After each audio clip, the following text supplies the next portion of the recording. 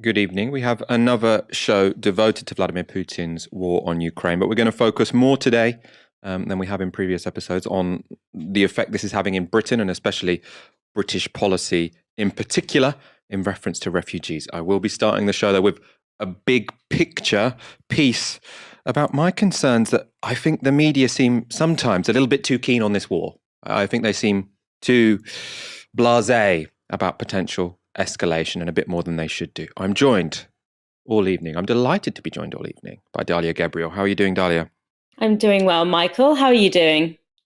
I am doing okay. Yeah, I mean, it's obviously a stressful time. Horrible images coming from Ukraine today, but we've got a lot to cover in tonight's show. I'm looking forward to it. When Vladimir Putin decided to invade Ukraine, he expected immediate victory.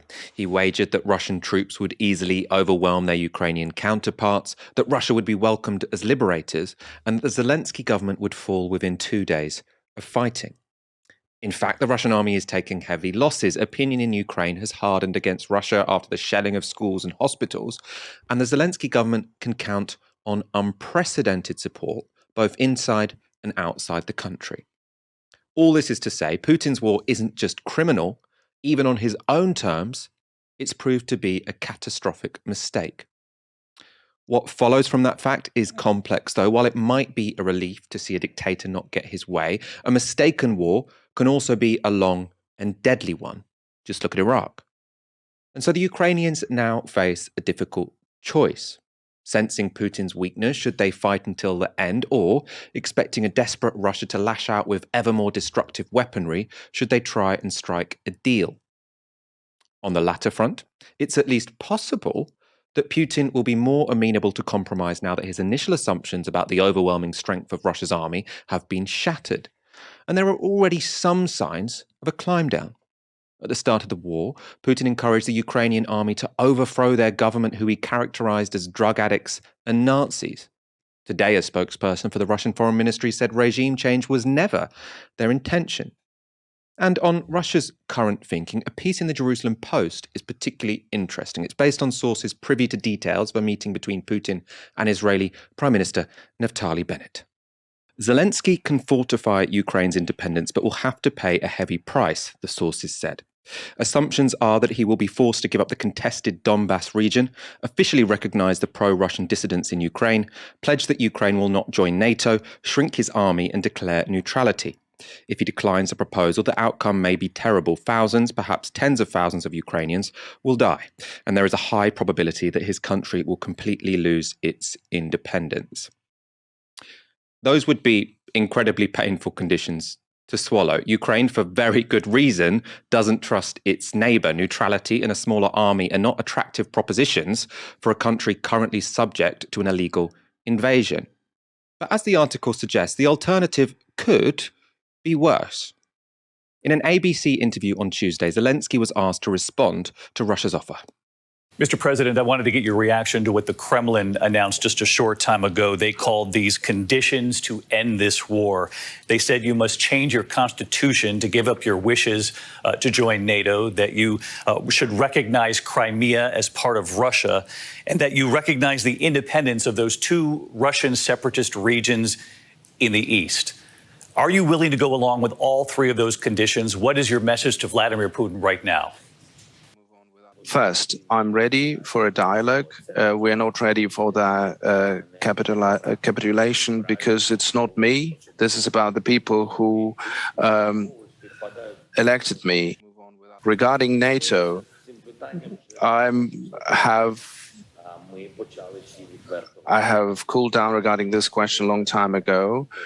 After we understood that that NATO is not prepared to accept Ukraine, the alliance is afraid of controversial things and confrontation with Russia. I never wanted to be a country which is begging something on its knees, and we are not going to be that country, and I don't want to be that president. That sounded like Zelensky was pretty willing to compromise on NATO. Indeed, you could read Zelensky as preparing the Ukrainian population for a future climb down. We won't join NATO, but they were useless anyway. But the host wasn't satisfied with that conciliatory answer, so he tried again. When the Kremlin says these three conditions to end the war, that you must give up on joining NATO, recognize Crimea as part of Russia, and recognize the independence of those two separatist regions in the east, to Vladimir Putin, who will get this message from you, you say it's a non-starter, not willing to those three conditions right now? Note there, the question is less neutral. When he asked the question straight, he got a conciliatory answer. Now he's saying, to Vladimir Putin, who might be watching right now, do you say, screw your conditions? But this isn't the build-up to a wrestling match. This is people's lives on the line. Let's go back to Zelensky's answer. I'm talking about security guarantees. I think that items regarding temporary occupied territories and unrecognized republics that have not been recognized by anyone but Russia, these pseudo-republics, but we can discuss and find a compromise on how these territories will live on. What is important to me is how the people in those territories are going to live who want to be part of Ukraine. Who in Ukraine will say that they want to have them in. So the question is more difficult than simply acknowledging them. This is another ultimatum, and we are not prepared for ultimatums. What needs to be done is for President Putin to start talking, start the dialogue, instead of living in the informational bubble without oxygen. I think that's where he is. He is in this bubble. He's getting this information, and you don't know how realistic that information is that he's getting. I think it's a bit like in the smoke and mirror situation. Again, that was a much more conciliatory answer than what the host appeared to be angling for. Zelensky didn't say the demands were a non-starter like the host asked. In fact, he suggested the future of Donetsk and Luhansk could be up for debate, and he didn't even mention Crimea. Might he have accepted, like most experts believe, that Ukraine is never getting it back? Of course, whatever the Ukrainians do or don't agree with the Russians, it's a matter for the Ukrainians. It's not for me to say whether they should agree to demands made at gunpoint or whether they should continue and fight. But I do worry some commentators outside Ukraine are more interested in punishing Russia and making an example of them than protecting lives. Referring to America's refusal to confront Russia's military directly, New Statesman columnist Bruno Mackay said, at this point, given the messages coming from Washington, the only reason China does not invade Taiwan is it does not want to. China declares an air exclusion area, controls the air. Every expert starts screaming any attempt to protect Taiwan's airspace would mean nuclear war with China. Game over. Now, I just don't get this. Mackay's implication is that unless American planes shoot Russian ones out of the sky, a green light has been given for other nuclear powers to attack smaller neighbours over which they have designs. But that ignores all the costs Russia is facing without a hot war with NATO. Russia's economy is crippled, its military is drained, and their only option is to raise cities to the ground or occupy a people that hate them. It's not an example China or anyone rational would follow. We should also here talk about sanctions, because these are the main cost which is currently being imposed on Russia, as I suggested. And I, of course, as I've said on this show, I do think sanctions in this instance, they're not always legitimate. In this instance, they are. Russia mounted a war of aggression. It deserves a response. But the attitude of some has also got me concerned. At the start of the war, the paper columnist and host of Romaniacs, Ian Dunt, said, Western sanctions against Russia must be devastating. Nothing else is acceptable. And that does seem to be the approach the West have taken since then. Central bank assets are frozen. Virtually all international firms have fled the country, and sanctions are now endangering lives. Our guest from Monday's show, Anton Barbashin, said Russian pharmacy is where sanctions would be felt the worst, and very soon. Pharmacy producers warn that 80 to 85% of Russian drugs are produced with foreign compounds. EU supplies are gone. Supplies from China and India are affected by sanctions, contracts being drawn, etc. Again, and I should be clear, Putin is to blame more than anyone else for these sanctions. He started a war in Ukraine, and his airstrikes are killing way more people than this round of sanctions will. But policy shouldn't just be about righteousness. It should be about producing desired effects.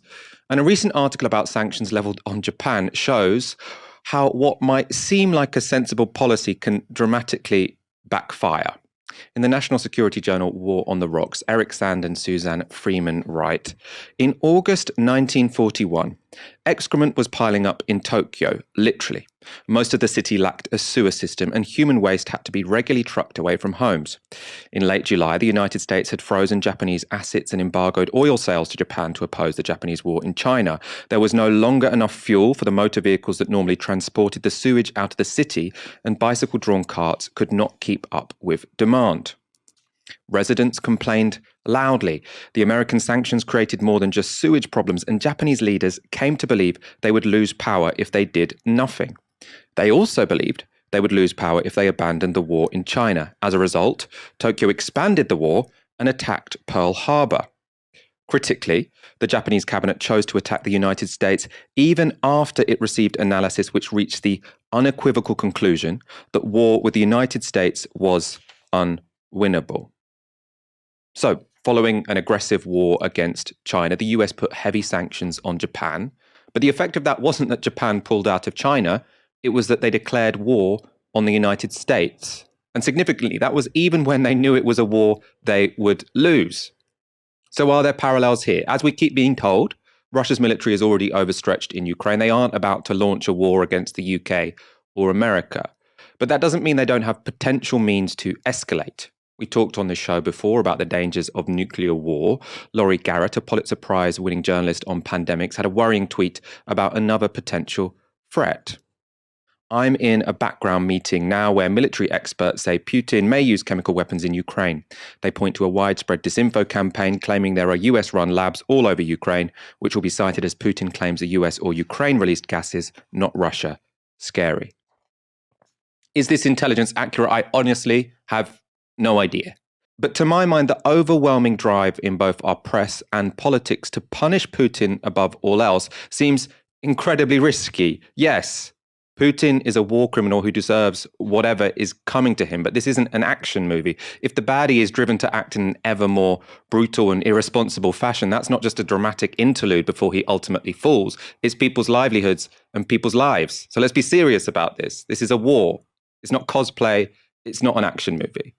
Dalia, what's your take on this? Well, I can't speak to what's happening in the Ukrainian media. It's, of course, a fundamentally different context to the one that we are in.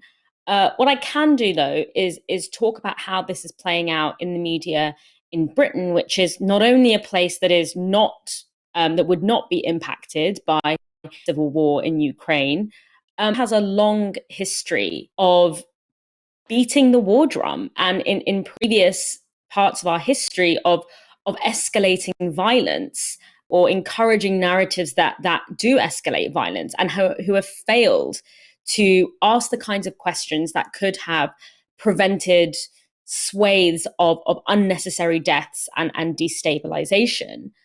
And I'm of course talking about the wars in Iraq and Afghanistan, where the journalists who were complicit in beating those war drums have never and will never face accountability for their role in that war.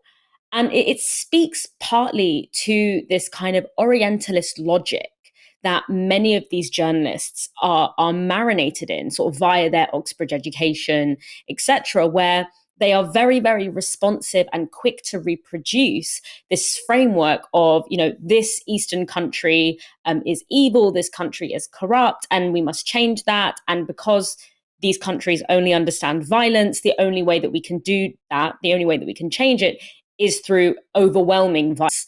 That's a hypnotizing and familiar trope that we've seen come to very dramatic ends in Afghanistan and in Iraq. And I think what's particularly egregious here is that Ukraine is essentially being talked about in this country's media as a stick to beat Putin with, right? As you say, it's a way of teaching him a lesson, and most significantly, of demonstrating the strength and power of the West. And this is how so-called Cold Wars have always played out. They're always somewhat cold in the states that are propagating them, but in the proxy states that become pieces on a chessboard in these war, the war is very hot. So the phrase Cold War is kind of a misnomer there. And that makes those states vulnerable and very disposable in that broader clash of civilizations narrative. And I think what we're seeing as a result of that in the media right now is not a genuine concern for how do we de-escalate the violence that is being experienced by Ukrainians right now, and how do we prevent explosions of violence like this happening in the future. But it's rather an attempt to consolidate an internal narrative of the West, which has been somewhat challenged in recent years. You know, it's been challenged domestically and internationally. The West being something that's conceptualized as a sort of singular and coherent force that's a kind of fixed good in a moral binary, against the Orientalist, violent, backwards East. That's become insecure slightly because of things like, interrogations into the colonial history of the West, which destabilizes this idea that the West is always this force of, philanthropic, generous good in the world.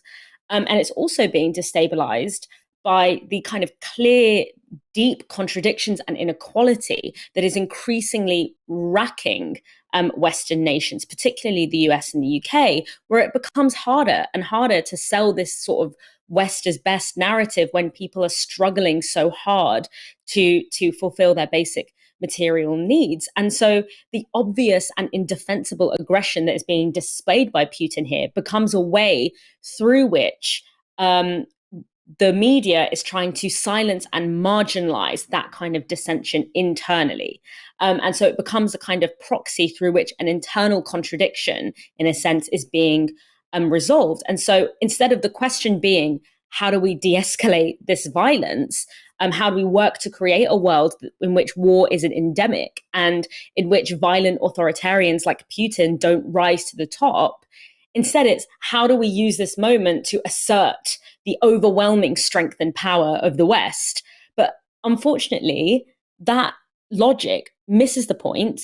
It puts Ukraine at risk of further violence, and it actually works to strengthen Putin domestically, which is not a good outcome for anyone, because fundamentally, the most sustainable and real challenges to Putin's power has to be partly from the Russian people themselves. And so this is where I'm seeing lessons not being learned, and I'm seeing, unfortunately, a re-entrenchment of the kinds of conditions that leads to occupation, that leads to invasion. And that's a really concerning thing, especially given the track record of many of these media institutions in quite recklessly paving the path for further war. I think we're on a very similar page on these things, I suppose. And I will keep doing this during these shows just to sort of highlight the amount of uncertainty I feel about all of this. Is it the case that the Russian military is so on its knees that everyone in the troops is about to sort of leave and desert, and Putin's going to have to give up, and the Ukrainians won't have to compromise? Possibly. It doesn't seem that likely to me, given this is a guy who really doesn't want to lose, and he has nukes and chemical weapons. I feel like if the conventional war goes wrong, he does have means to escalate. We've seen today he's bombing hospitals and bombing schools. That's a clear escalation. I mean, I'm sure they'll argue in the UN that this was an accident, this was collateral damage, but it would also make sense as, a provocation, essentially, to say, no, do take us seriously, because we can do serious damage. Even if our convoys are getting bombed here and there, we can still cause pain, right? That, in a way, is their negotiating tactic. It's disgusting. It's criminal. It should not be rewarded. And this is an argument that people are often making online, which is to say there would be what's called like a moral hazard. If there were to be a compromise with Russia where, for example, they got Crimea, which, as I say, most experts agree they're going to get anyway, would that prove that by invading your neighbor, you can get chunks of land? Maybe, but it would also prove that by invading your neighbor, you will completely cripple your economy. Russia's economy is not going to recover for a very long time, even if, and I do think, as part of any peace negotiations, the West should offer, if you agree to this, we will, lift this sanction on your central bank or this sanction on your gas or whatever. But Russia's economy isn't going back to the place where it was, because no one wants to invest in that country. No one wants to invest in that country because it's very clear that the leader is not only a war criminal, but completely irrational. You can't trust what he's going to do next. So I don't feel that even if there is some sort of compromise and Putin is allowed to walk away saving face with his population, that's then a license for anyone else to do it, because he's still in a weaker position than when he entered that war. Entering this war is a complete disaster for Russia, whatever happens now.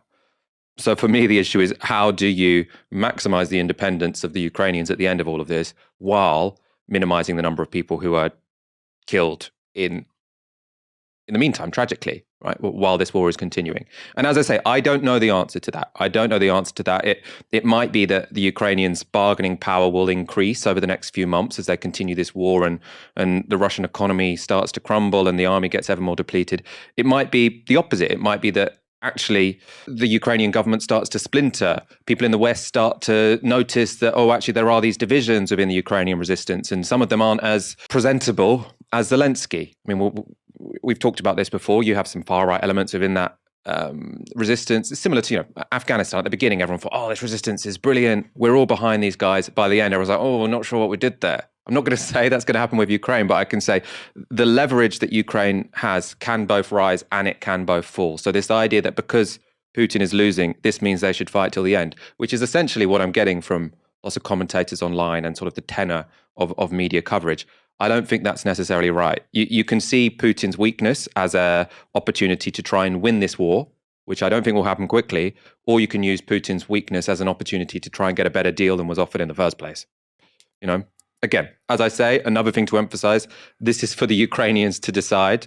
Zelensky, democratically elected leader, he is the legitimate person to make this decision when he is in those negotiations with the Russians.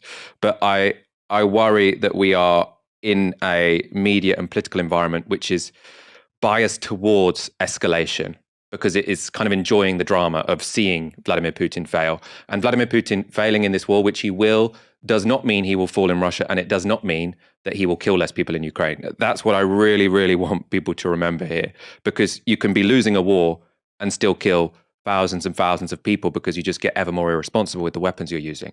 That's why I thought it was important to do a segment on how I feel like we need to take a step back, be a little bit less emotional about this, stop pretending we're in some sort of action movie where it's liberty versus autocracy and liberty must win out, and actually think that there are people's lives on the line here, and a long war, even if Russia loses it, is not a good thing.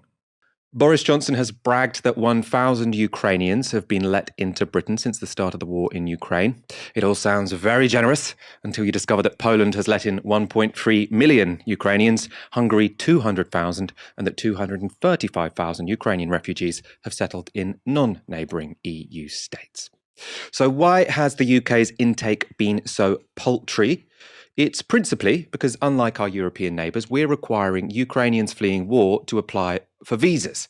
And with visa centres few and far between, that's pretty hard to do. We can talk you through one particular controversy which demonstrates the UK's shambolic response, and it concerns the fact that multiple Ukrainians have been turned back at Calais because there's no way to apply for a visa at the port. In response to complaints of that nature, Home Secretary Patel gave this reassurance to Parliament on Monday. It is absolutely right that we've already had people in Calais. So let me again clarify, I've said this over the weekend, we have staff in Calais. We have support on the ground. It is wrong to say that we are just turning people back. We are absolutely not. We are supporting those that have been coming to Calais. And it's also, Mr. Speaker, important that we do not create choke points in Calais, but encourage a smooth flow of people. And in particular, I can confirm that we have set up a bespoke back en route to Calais, but away from the port, because we have to prevent that surge taking place. We have set up a bespoke VAC, so that's a visa application centre, en route to Calais. Those are her exact words, but can we trust them? Shadow Home Secretary Yvette Cooper couldn't quite believe it. I must pick up some of the points that the Home Secretary made earlier on. She said, I can confirm that we have set up a bespoke visa application centre en route to Calais, but away from the port. Number 10 have said, I don't believe there's one there now, but we'll keep it under review. The Home Office website is still telling people to go to Paris. Journalists who are in Calais and looking for any centre that there might be are still unable to find anything, and in fact all they can find is a few Home Office staff in a building with a crisp machine but no visas. In response to that, Patel tried to bend time itself. I think, first of all, the Honourable Lady did not hear what I said earlier on. I actually said that I can confirm we are setting up another VAC en route to Calais. I made that quite clear in my remarks earlier on. And I also said it would be away from the port to prevent the surge that we do not want to have taking place. Now, Priti Patel did say she had set up a visa application centre, not that she was going to. Lying clearly comes easily to some. But the more concrete question following both of those interventions was what Patel meant by saying the VAC would be away from the port. Does that mean it would be in Calais town centre? That would certainly make sense. On Tuesday, BBC Home editor Mark Easton tried to find out. He explained what he discovered to Evan Davies. Now, what about this VAC? And I mean, does that exist or not? The VAC does not exist yet. There is a plan for an office in Lille. This has been confirmed to me that they are intent on finding a location in Lille. But let's be clear, this is not a visa application centre, and it's not for people who are heading to Calais from Poland or from anywhere else. This was expressed to me explicitly today, this is only for people who have been to the border in Calais, been rejected for whatever reason, and then they will go to Lille. But as of now, it does not exist. There is no VAC in Lille or anywhere else other than in Paris, in the whole of France. Lille, by the way, is 110 kilometres away from Calais. It's not a short walk from the port to avoid a surge. It's a different part of France. It's not away from the port. It's a different city. And it does get worse, as was suggested in that interview, now confirmed by Kate McCann. She delivered an update. Visa Centre in Lille will be a pop-up. It will not offer appointments or walk-in access for those seeking to come to the UK. The most vulnerable cases in Calais will be taken there for biometrics, but Home Office will not publicise location and capacity will be small. Dalia, what do you reckon? Is this incompetence, callousness, or both?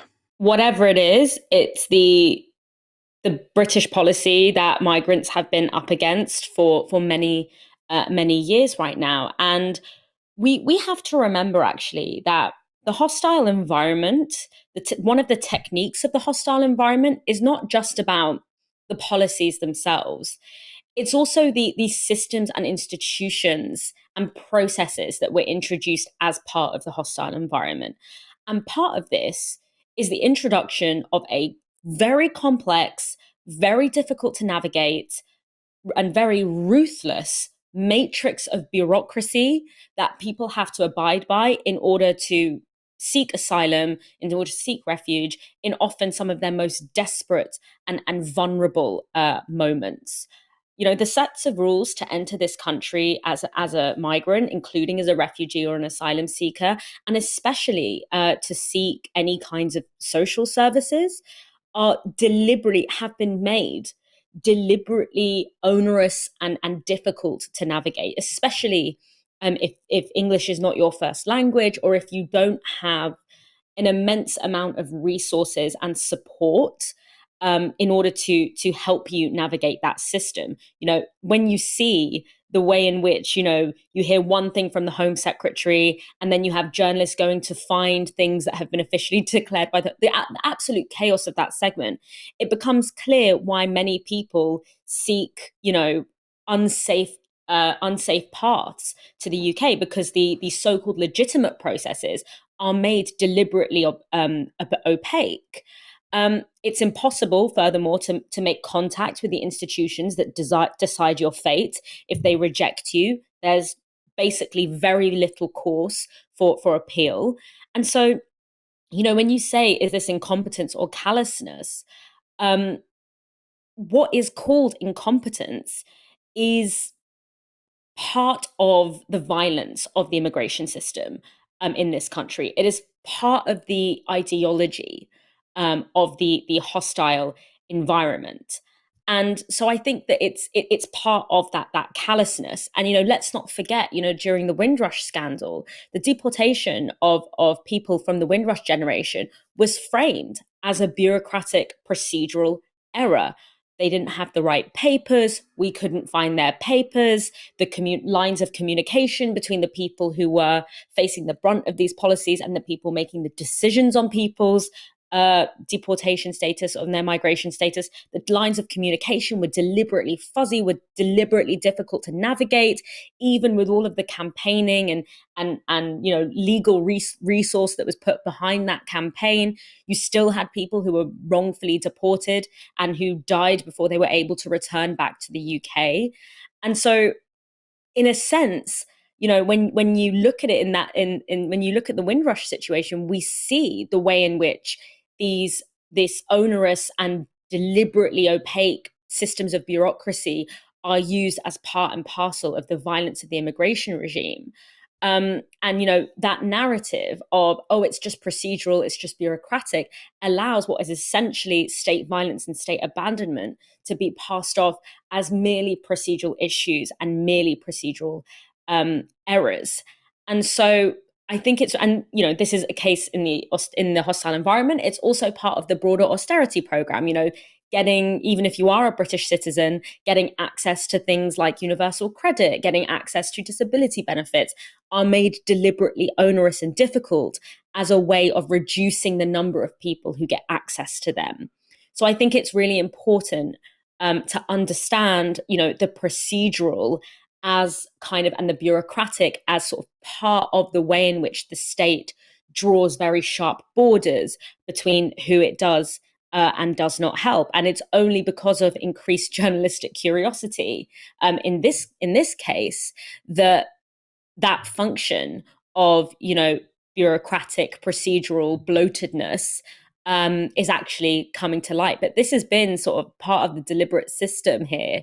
And part of the dysfunction of our immigration system, the deliberate dysfunction of our immigration system, ever since the hostile environment, and even preceding that as well. The UK government response to the Ukrainian refugee crisis has been a shambles and a disgrace. Depressingly, though, it's still a lot better than how we usually treat refugees. Someone who knows a lot about how not to treat migrants is Amber Rudd. As Home Secretary, she oversaw the Tory government's malicious treatment of Windrush arrivals, and she resigned after being caught lying about it. This is Rudd this week, speaking to Radio 4. I find it absolutely baffling and really disappointing that the numbers of visas being issued are so tiny compared to other European countries. And I can only put it down to this, which is that the Home Office is looking for, I think, examples of what to copy. What has worked before? How do we put it in place? And then make sure we roll it out, as they say. When actually the correct approach is something completely different. Everything has changed since Putin invaded Ukraine. Our approach should be wholly different. We've got war in Europe. We've got refugees we need to help now who have left their countries. And, it's worth acknowledging on International Women's Day, women and children being targeted, women leaving with their children, needing support. And I think that somebody needs to just address with the Home Office and the Home Secretary, this is not a business as usual. We need a new scheme. This is something completely different. A new approach is needed. That answer is really, really incredible. This is a former Home Secretary saying the problem with the current Home Secretary is that they're copying the policies of former Home Secretaries.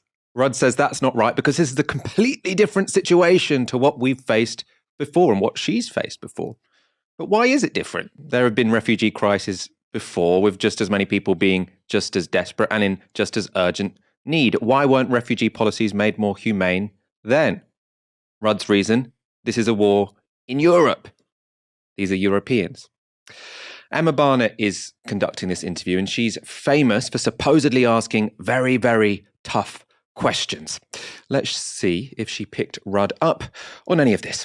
Isn't that the same person you don't want driving you home at night? It's the Prime Minister. Well, listen, there have been schemes, I say schemes, but I mean, the approach to Hong Kong has been completely different and has been liberal and open and has been correct. But why do you think there's not that grip that you're talking about? Because it is now weeks on, actually. Yes. And what we're hearing, of course, is very positive talk, but no action put in place. And I mean, politics is like this sometimes. And I think the people who are, sadly, not me, but the politicians inside are putting pressure on the Home Office and on the Prime Minister. I saw yesterday that the One Nation caucus, led by Damien Green and supported by Jeremy Hunt, have written a punchy letter asking for attention to this. And lots of Conservative MPs, as well as obviously Labour and the opposition, are saying this is not good enough. Acknowledge that there has been a change and do it differently. Is Priti Patel good at her job?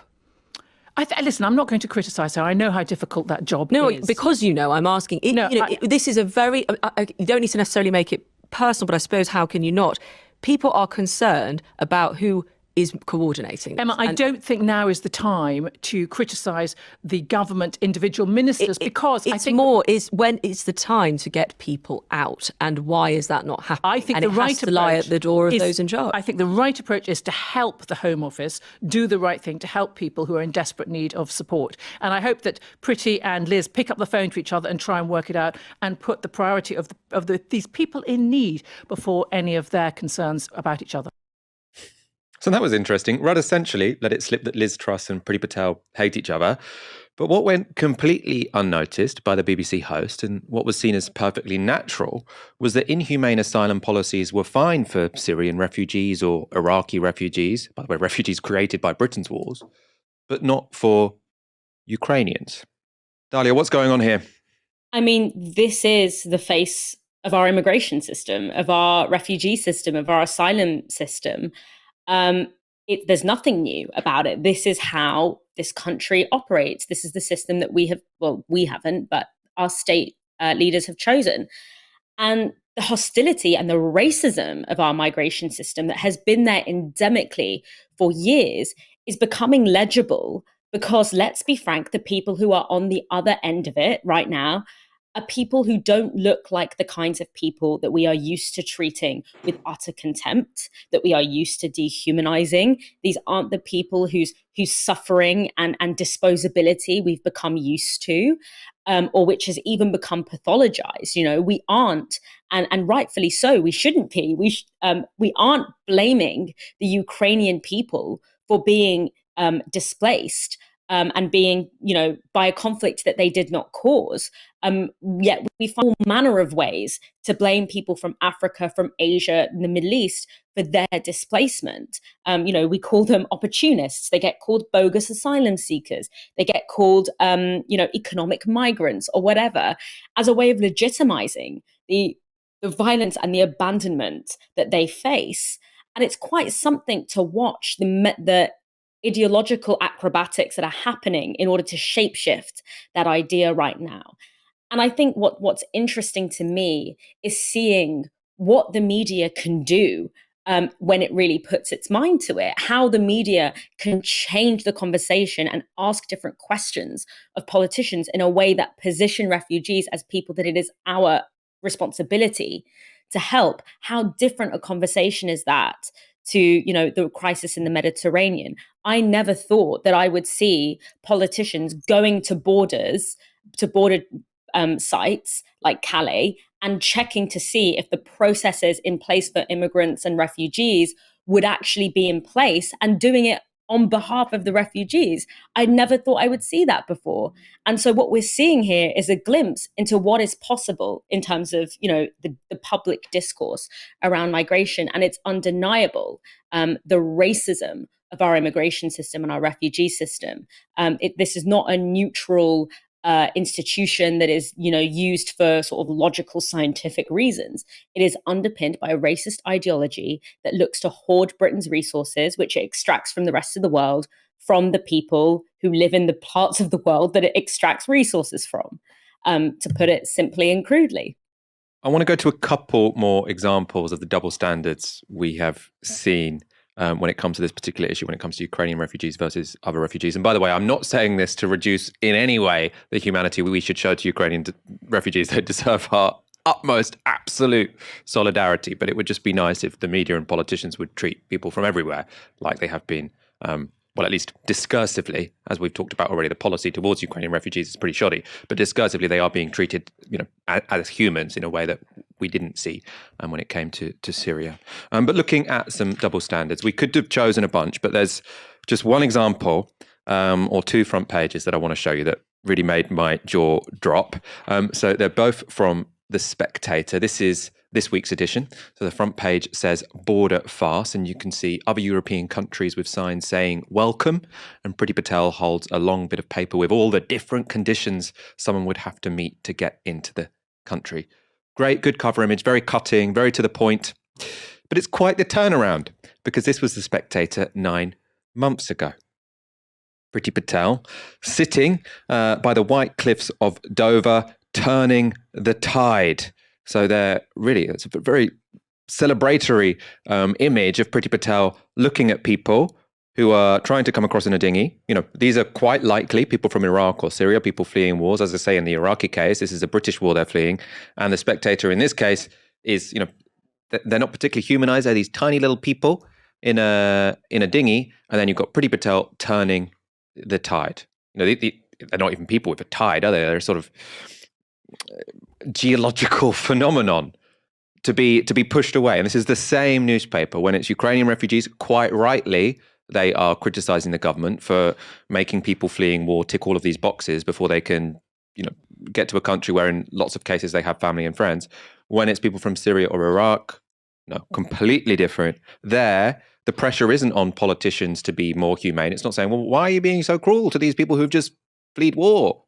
You know, then it's saying, oh, even if these people have fled war, why are you letting them in? Now, Douglas Murray has written his whole book, which is to say, you know, Muslims are taking over Europe. We shouldn't be letting them in because they're going to destroy the continent from the inside out. Fifth column kind of thing. Really, really disgusting. That was the front page of The Spectator. I suppose there's two things to say beyond this being sort of hypocritical and, I mean, racist, essentially. It is also the case that the reason why the Conservatives are slow off the mark when it comes to Ukrainians is because they're so used to a situation where they do have to be super tough to refugees. This must be the first time in my lifetime where the media and sort of the dominant political narrative has been, why aren't you being nicer to refugees? So you can see why they've been taken by surprise. This is new. Labour have been critical of the Tories' shoddy refugee policy towards Ukraine, but they're in danger of missing the point.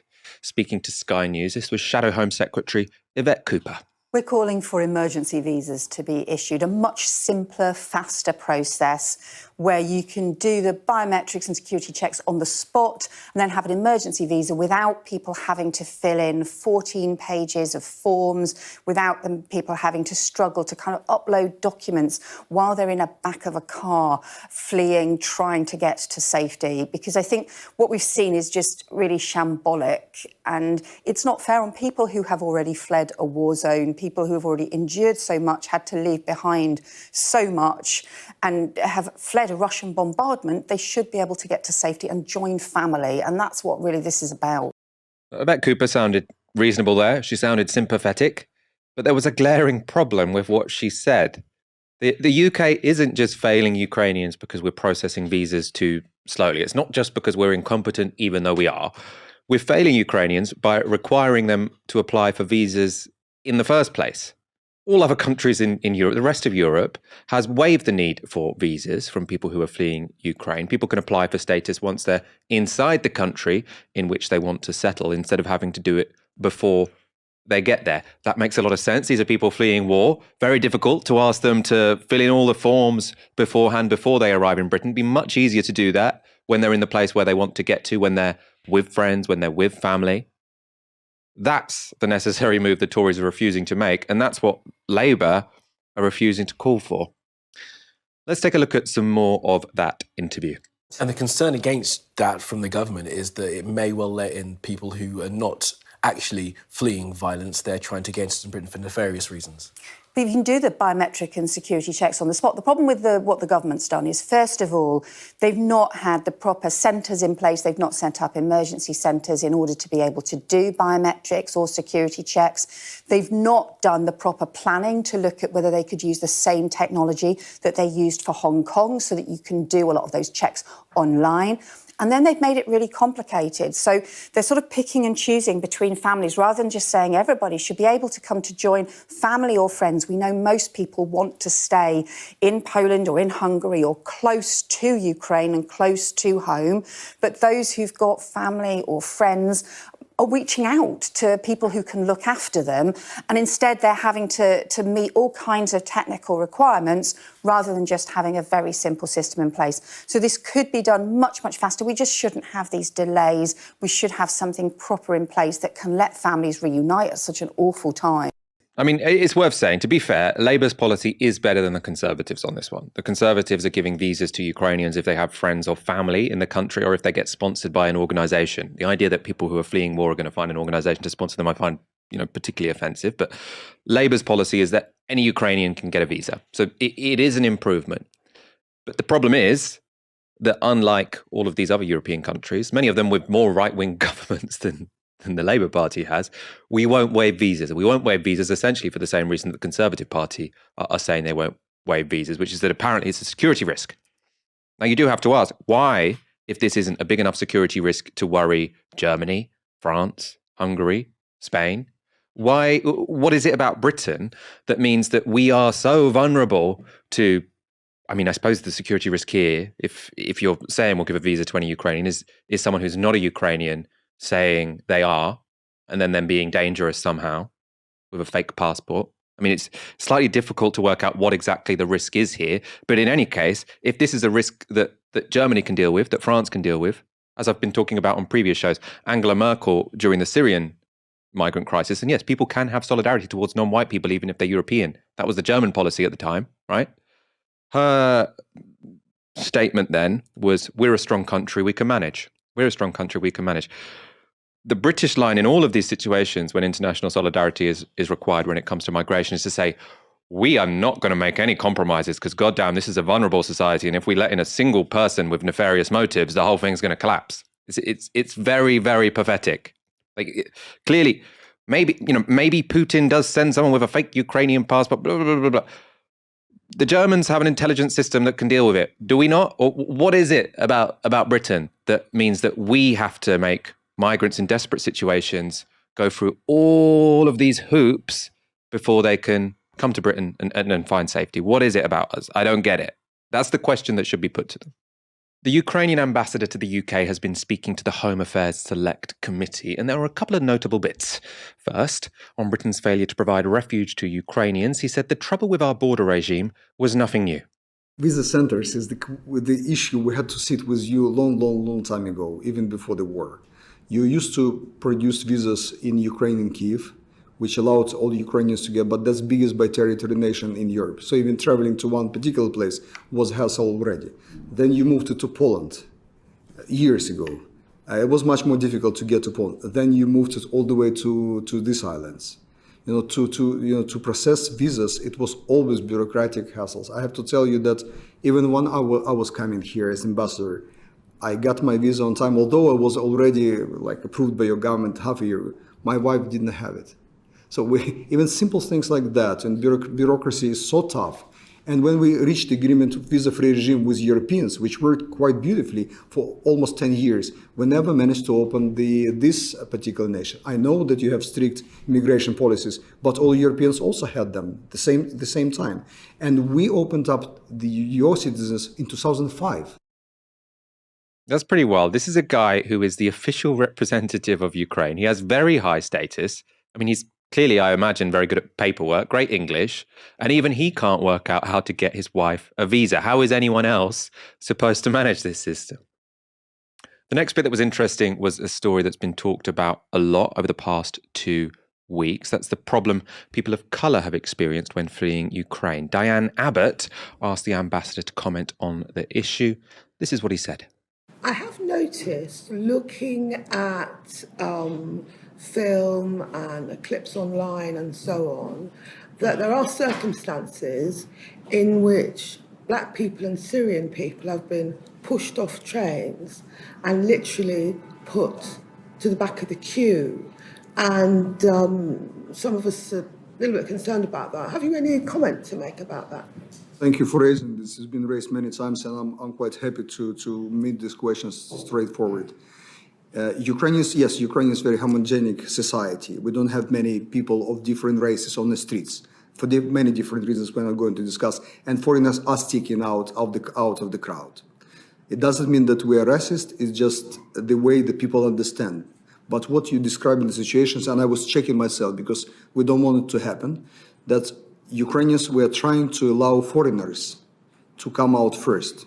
And that's all the problems when you have to prioritize young people who has a passport, which is not visible that somebody have a foreign passport, to be prioritized against women and children of Ukrainian citizenship who are trying to get in the same trains.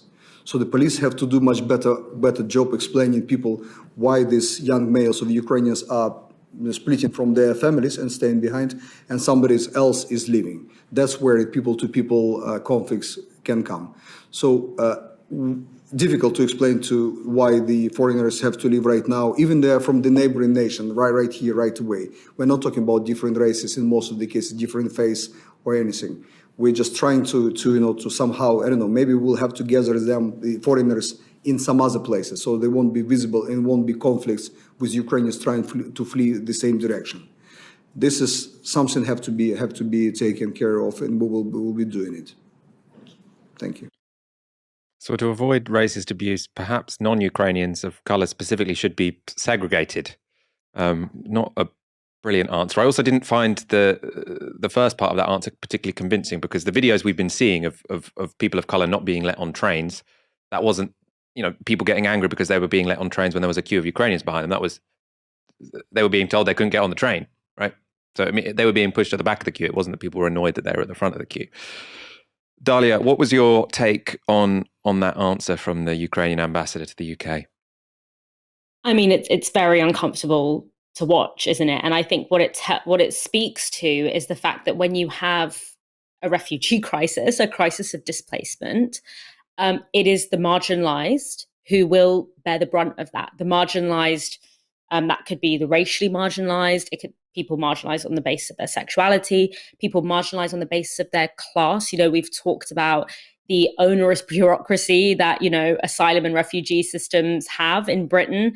That inevitably means that people with better connections, people with more resources, with access to legal support, with, the technological resources are going to be more able to navigate that than people who are working class. And also, people with disabilities are also tend to be marginalized and bear the brunt of refugee crises. And we are seeing that play out in real time. So I think it's really important, given what the Ukrainian crisis is teaching us about what happens during these moments of displacement, and also what it's teaching us about the British, the refugee system here, the immigration system here. We need to really use this moment in order to highlight the endemic brutality and the inability of Britain in particular to deal with displacement humanely. And, this becomes incredibly important. This inequality, the brutality of the refugee system has come to bear when people who are not traditionally seen to be people that are affected by displacement crises are being impacted. And we're seeing it in that differential treatment of Ukrainian refugees here versus refugees from other parts of the world. Although it's important to notice that those differential levels of empathy has not necessarily yet translated into a better policy, but empathy is a start. But the demand has to be that not only do we extend a more humane refugees and immigration system to Ukrainians, but that the starting point when it comes to displacement, when it comes to refugee crisis, cannot be who do we not let in? It has to be how do we as a world collaborate with one another to ensure that any displaced person is able to settle somewhere that is safe and suitable for them, whether it means that, there are people in a particular country or that they can stay with, or that they can be in community with, or whether it's because they speak the language, whatever the reason is.